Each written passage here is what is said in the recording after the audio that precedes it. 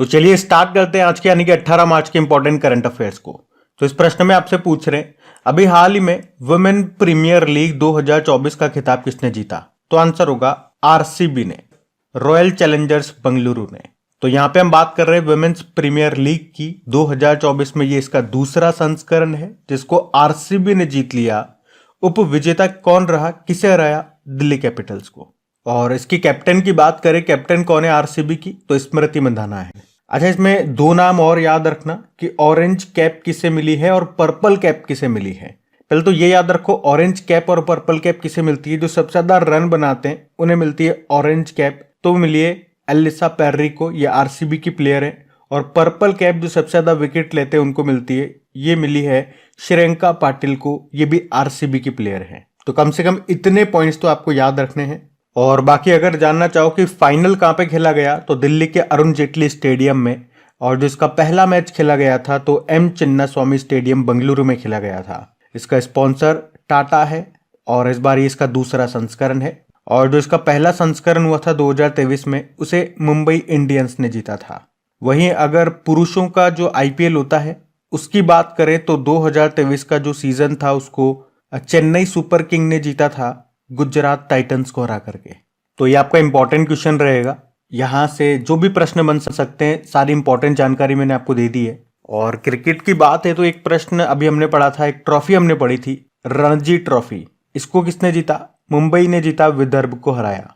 उससे पहले विजय हजारे ट्रॉफी के बारे में हमने पढ़ा था, उसे हरियाणा ने जीता, राजस्थान को हराया। और अभी जो अर्जुन पुरस्कार दिए गए 26 लोगों को दिए गए, जिसमें से एक क्रिकेटर है, कौन? मोहम्मद शमी। अभी पूछूं अगर सीके नायडू पुरस्कार किसे मिला, तो रवि शास्त्री और फारूक इंजीनियर को। और अगर पूछूं कि ICC cricket hall of fame में शामिल होने वाली पहली भारतीय महिला कौन बनी, तो आंसर होगा डायना एडुल्जी। उसके अलावा ये बताओ कि 2023 के लिए सर गारफील्ड सोबर्स ट्रॉफी यानी कि ICC men's cricketer of the year किसे चुना गया, तो पैट कमिंस को, जो कि ऑस्ट्रेलिया के हैं। वहीं 2023 के लिए राचेल हेहो फ्लिंट अवार्ड यानी कि ICC women's cricketer of the year चुना गया नेट साइवर को, जो कि इंग्लैंड की हैं। फिर आपसे पूछ रहे हैं अभी हाल ही में लॉन्च पीबी शब्द पहल का संबंध किससे है, तो आंसर होगा प्रसार भारती से। पीबी शब्द, इसकी फुल फॉर्म होती है Prasar Bharati shared audio visual for broadcast and dissemination.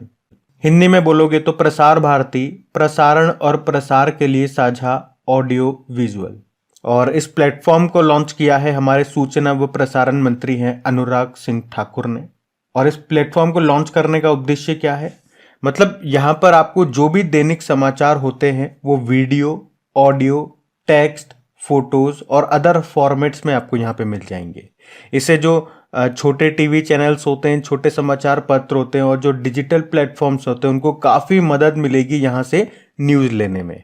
बाकी देखो, प्रसार भारती की बात करें तो मैंने आपको बताया था ये एक वैधानिक स्वायत्त संस्था है और ये देश का सरकारी प्रसारण केंद्र है, जिसकी स्थापना हुई थी 23 नवंबर 1997 में। और आकाशवाणी यानी कि ऑल इंडिया रेडियो और दूरदर्शन इसके प्रमुख घटक है, कंपोनेंट है। वैसे प्रसार भारती के पहले अध्यक्ष की बात करें तो वो थे निखिल चक्रवर्ती, लेकिन अभी बिल्कुल नए अध्यक्ष बन गए हैं, कौन? एनके सहगल। पूरा नाम बोलूं तो नवनीत कुमार सहगल, ये नाम भी ध्यान रखना। अगला प्रश्न देखते हैं। फिर आपसे पूछ रहे हैं अभी हाल ही में पानी और हवा दोनों में चलने वाला हाइब्रिड मानव रहित वाहन किसने विकसित किया है, तो आंसर होगा आईआईटी जोधपुर ने। तो अभी आईआईटी जोधपुर के शोधकर्ताओं ने, रिसर्चर्स ने एक हाइब्रिड मानव रहित ड्रोन बनाया है जो हवा में भी उड़ेगा और पानी के नीचे या पानी की सतह पर भी चल सकता है। और ये कहाँ पे काम आएगा, तो समुद्री तटों, नदियों में जो तेल रिसाव की मैपिंग करना हो, पानी के नीचे कटाव और प्रदूषण फैलाव जैसे कार्यों के लिए ये बहुत उपयोगी होगा। और ये 8 घंटे पानी में रह सकता है और 15 मिनट तक उड़ान भर सकता है। और मैंने आपको बताया जहाज की तरह पानी पर भी तैर सकता है, यानी कि पानी की सतह पर भी चल सकता है। तो हवा में भी चलेगा, पानी पर भी चलेगा। और इस तरह का ड्रोन तैयार किया है आईआईटी जोधपुर ने।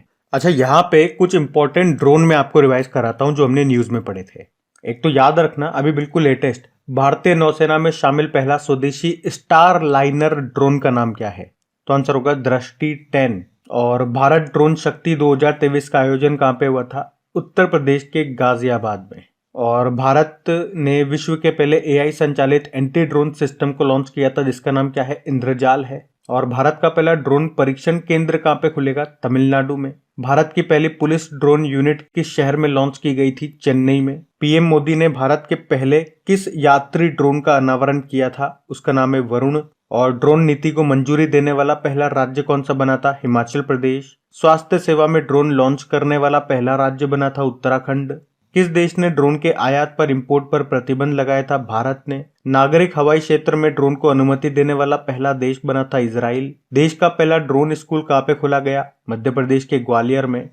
और मध्य प्रदेश के ग्वालियर में प्रदेश के पहले ड्रोन मेले का भी आयोजन किया गया था। और भारत की पहली ड्रोन फॉरेंसिक लैब कहाँ पे स्थापित की गई, तो आंसर होगा केरल में। तो ड्रोन से संबंधित ये पॉइंट्स भी ध्यान में रखना। अगला प्रश्न देखते हैं। फिर आपसे पूछ रहे हैं अभी हाल ही में फूलदेई महोत्सव 2024 ये कहाँ पे मनाया गया, तो फूलदेई महोत्सव ये मनाया जाता है उत्तराखंड में। और आप कह सकते हो ये जो फूलदेई है ये उत्तराखंड में फसल उत्सव के रूप में मनाया जाता है। ये उत्तराखंड का एक प्रसिद्ध लोक पर्व है और ये चैत्र महीने के पहले दिन मनाया जाता है। मतलब आप कह सकते हो हर साल 14 या 15 मार्च को। और ये मुख्यतः छोटे बच्चों के द्वारा मनाया जाता है, इसी कारण इसे लोक बाल पर्व भी कहते हैं। तो सिंपल सा याद रखेंगे, फूलदेई महोत्सव ये कहाँ पे मनाया जाता है, उत्तराखंड में। चलो कुछ और इम्पोर्टेंट उत्सव महोत्सव में आपको रिवाइज कर रहा हूँ जो हमने न्यूज में पढ़े थे। जैसे कि याद रखना, एक बन्नी उत्सव ये मनाया गया था आंध्र प्रदेश में।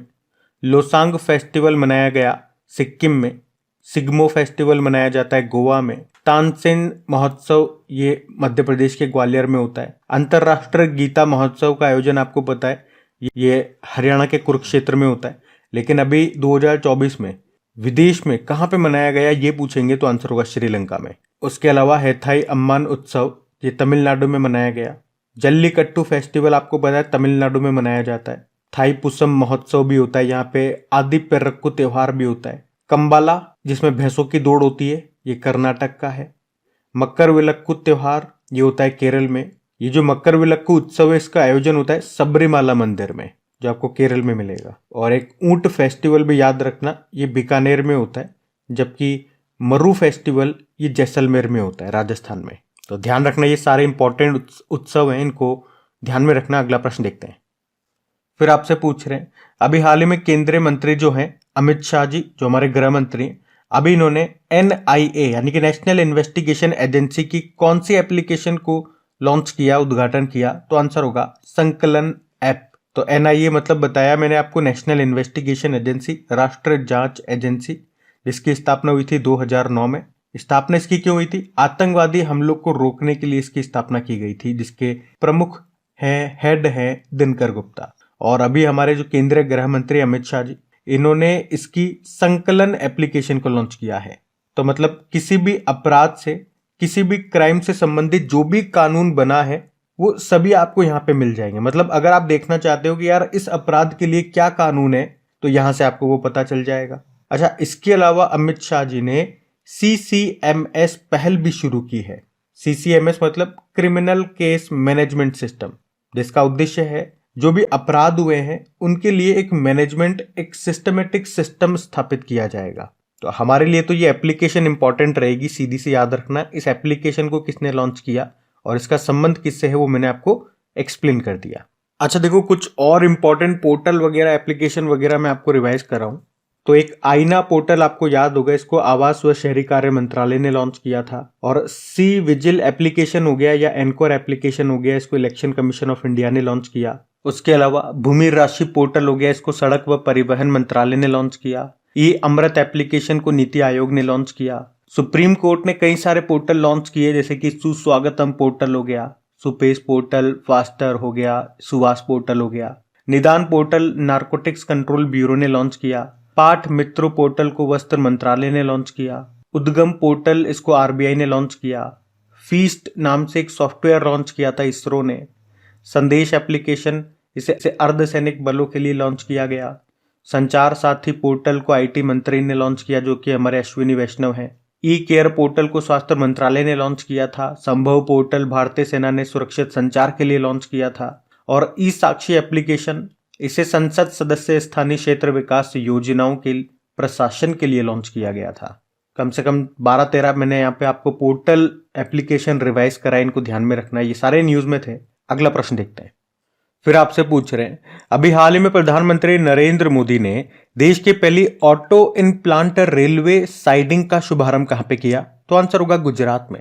तो अभी प्रधानमंत्री नरेंद्र मोदी जी ने ऑटोमोबाइल कंपनी है मारुति सुजुकी, इसके गुजरात में जो हंसलपुर प्लांट है वहां पे भारत का पहला इम्प्लांटर रेलवे साइडिंग प्रोजेक्ट को शुरू किया, उसका शुभारंभ किया। अब आप सोचोगे कि इसका मतलब क्या हो गया, तो आप ये समझो जैसे कि आपको पता है फैक्ट्री में गाड़ियां बनती है और वो शोरूम तक कैसे आती है, तो उसे ट्रकों पे लोड करके लाया जाता है रोड के माध्यम से, जिससे दो चीजें होती है, एक तो बहुत टाइम लग जाता है और कई बार गाड़ी में डेंट वगैरह आ जाते हैं।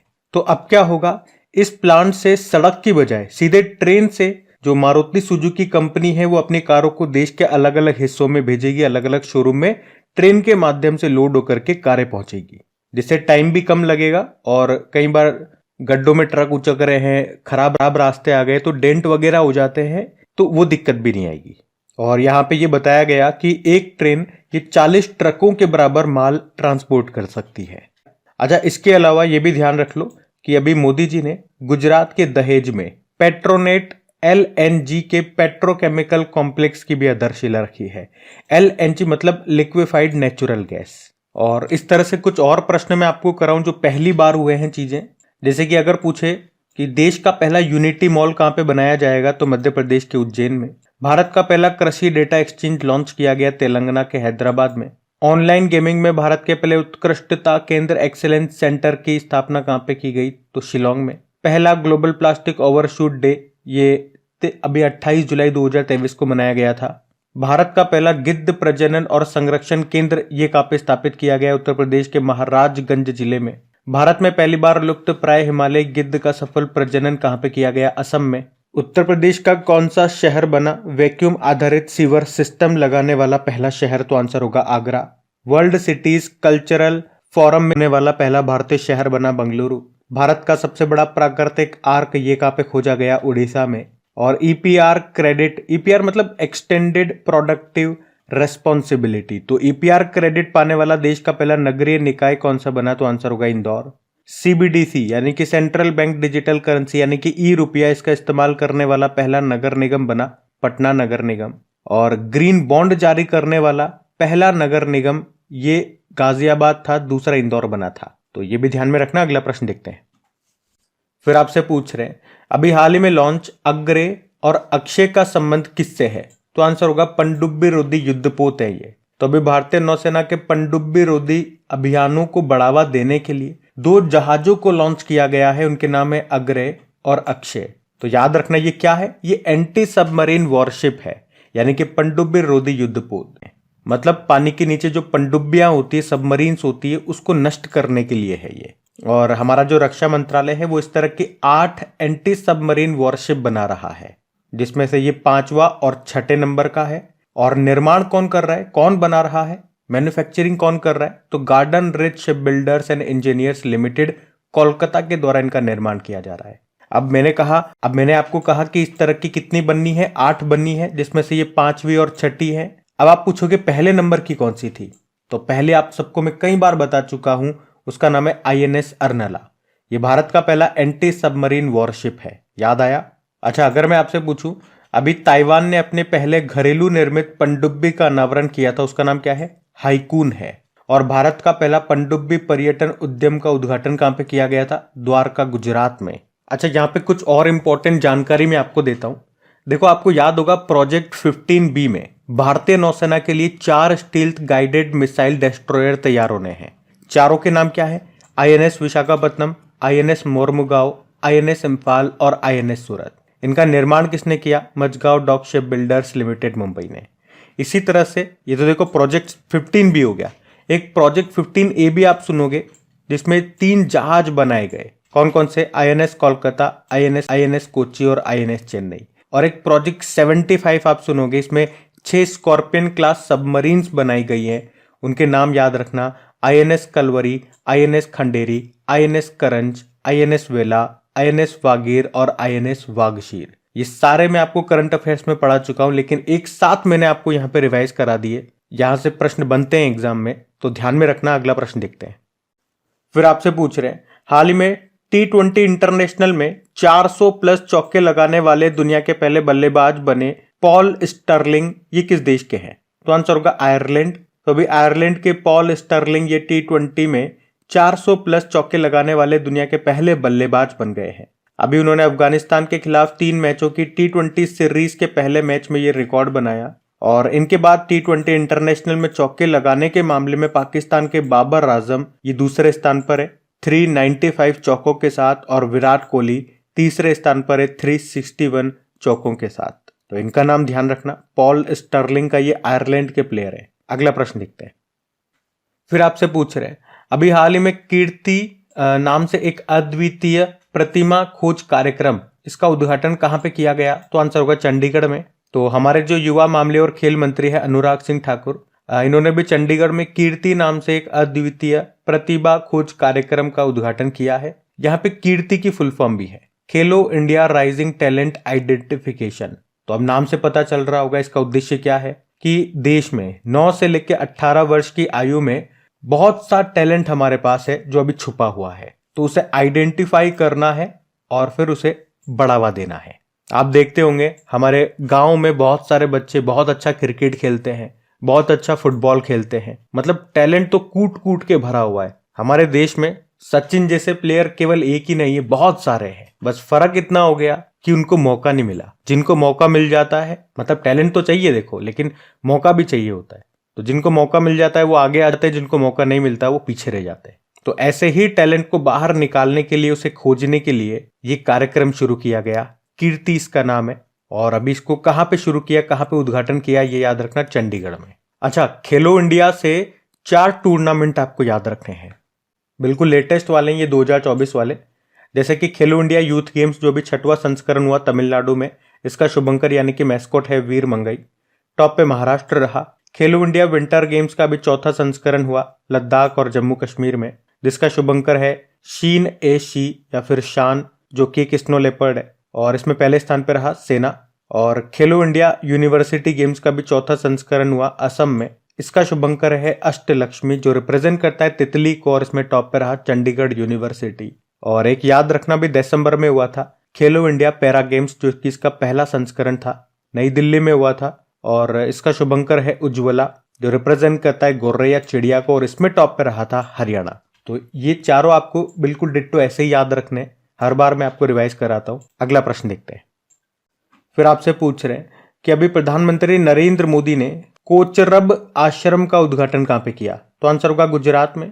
तो अभी प्रधानमंत्री नरेंद्र मोदी जी ने गुजरात अहमदाबाद में जो साबरमती आश्रम है वहां पर पुनर्विकसित कोचरब आश्रम का उद्घाटन किया, और गांधी आश्रम स्मारक के मास्टर प्लान को भी शुरू किया। एक्चुअली में कोचरब आश्रम की स्थापना गांधी जी ने साउथ अफ्रीका से लौटने के बाद 25 मई 1915 को की थी, और ये भारत में उनके द्वारा स्थापित पहला आश्रम था। तो यहाँ पे वो गौपालन, खेती वगैरह यहाँ पे किया करते थे। और आपको ये भी बता दूं कि साबरमती आश्रम, जिसे हरिजन आश्रम के नाम से जाना जाता है, ये 1917 से लेकर 1930 तक महात्मा गांधी जी का घर बना रहा था, और मूल रूप से इसका नाम सत्याग्रह आश्रम था। और 12 मार्च 1930 को यहीं से दांडी यात्रा भी शुरू की थी गांधी जी ने। तो याद रखना कहां पर है ये कोचरब आश्रम, गुजरात में। तो गाइज ये था आज का आपका करंट अफेयर्स का सेशन। कमेंट करके जरूर बताइएगा सेशन कैसा लगा। और आज मैंने आपको बीच में याद नहीं दिलाया, तो अभी याद दिलाता हूं कि सेशन अच्छा लगे तो प्लीज वीडियो को लाइक जरूर करना, दोस्तों के साथ में इसे एक बार शेयर जरूर कर देना। जो भी आपका स्टडी ग्रुप वगैरह होता है वहां पे एक बार शेयर जरूर करना। बाकी क्विज और पीडीएफ के लिए मैं अभी नहीं बोल रहा हूँ आपको, 2-5-10 दिन तक नहीं बोलूंगा, क्योंकि मैंने आपको बताया जो अभी अपनी एप्लीकेशन है क्रिक एग्जाम, ये कुछ दिन बाद बंद हो जाएगी पूरी तरह से, और जो नई एप्लीकेशन होगी फिर वहां पे वापस से मेरे को सारा डेटा अपलोड करना होगा। तो पुराना डेटा तो मैं अपलोड नहीं कर पाऊंगा, पुराने से मतलब है पिछले साल का, मैं वापस जनवरी से अपलोड कर दूंगा। मुझे 2-3 महीने की फिर से मेहनत करनी पड़ेगी, जनवरी फरवरी मार्च निकल गया, लेकिन ठीक है, समय निकाल करके मैं कर दूंगा, लेकिन 2024 के स्टार्टिंग से कर दूंगा। तो इसीलिए अभी जो क्विज वगैरह है वो मैं इसमें नहीं डाल रहा हूँ, वरना फिर 2-2 बार वैसे ही मेहनत बहुत सारी हो जाएगी। लेकिन पीडीएफ में अपलोड कर रहा हूँ, तो पीडीएफ आपको मिल जाएगी। तो चलो अभी कल के करंट अफेयर्स का मैं आपको क्विक रिवीजन करा दूं, फिर सेशन एंड करते हैं। तो पहला प्रश्न आपसे पूछा था, पीवी नरसिम्हा राव मेमोरियल पुरस्कार से किसे सम्मानित किया गया? तो आंसर होगा रतन टाटा जी को। फिर पूछा प्रसार भारती के नए अध्यक्ष बन गए एन.के. सहगल। फिर पूछा राष्ट्रीय टीकाकरण दिवस मनाया 16 मार्च को। फिर पूछा स्पिन सर्विस इजाद करने वाले पूर्व शटलर व विंग कमांडर का निधन हो गया, नाम बताओ? सतीश भाटिया। फिर पूछा फिलिस्तीन के नए प्रधानमंत्री बने मोहम्मद मुस्तफा। फिर पूछा DHL ग्लोबल कनेक्टेडनेस रिपोर्ट 2024 के अनुसार भारत कौन से स्थान पर है? 62 पे। फिर पूछा अभी जम्मू कश्मीर में सरकारी गेस्ट हाउस बनाने वाला पहला राज्य बना महाराष्ट्र। फिर पूछा चमेली देवी जैन पुरस्कार से किसे सम्मानित किया गया? ग्रीष्मा ठाकुर और ऋतिका चोपड़ा को। फिर पूछा अभी बहरीन ग्रैंड प्री का खिताब किसने जीता? मैक्स वर्स्टपन ने। और आखिरी प्रश्न पूछा कि केंद्र सरकार ने इलेक्ट्रिक वाहनों को बढ़ावा देने के लिए कौन सी योजना की घोषणा की? तो ई मोबिलिटी योजना। कल का होमवर्क प्रश्न देखते हैं अभी और सेशन एंड करते हैं। अच्छा, कल का जो होमवर्क प्रश्न है वो लास्ट में लग नहीं पाया था, रिमूव हो गया था। ठीक है, कोई बात नहीं, तो ये ले लीजिए फिर आज का आपका होमवर्क प्रश्न, इसका उत्तर कीजिए।